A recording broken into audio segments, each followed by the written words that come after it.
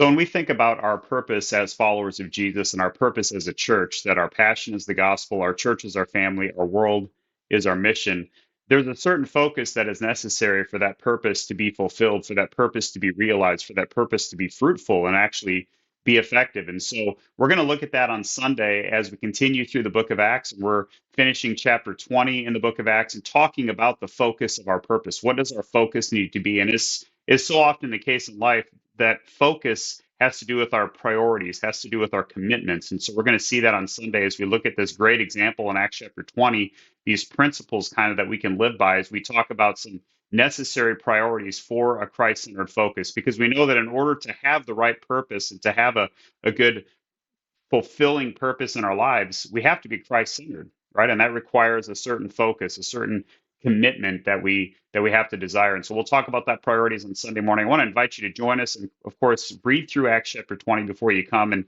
you might notice as you read through that chapter that, well, this seems like Paul's talking as he goes back through and meets with these elders from Ephesus. He's talking to pastors, right? Well, yeah, he's addressing the pastors specifically. And so I love this passage for my own sake, but it's about so much more than just for the pastors, because obviously, if he's telling pastors how to lead their sheep and how to shepherd, that applies to all of us across the board. And so I invite you to read that. Join us Sunday for prayer at 9 o'clock, for family groups at 9:30, and then for worship at 10:40. Hope to see you then.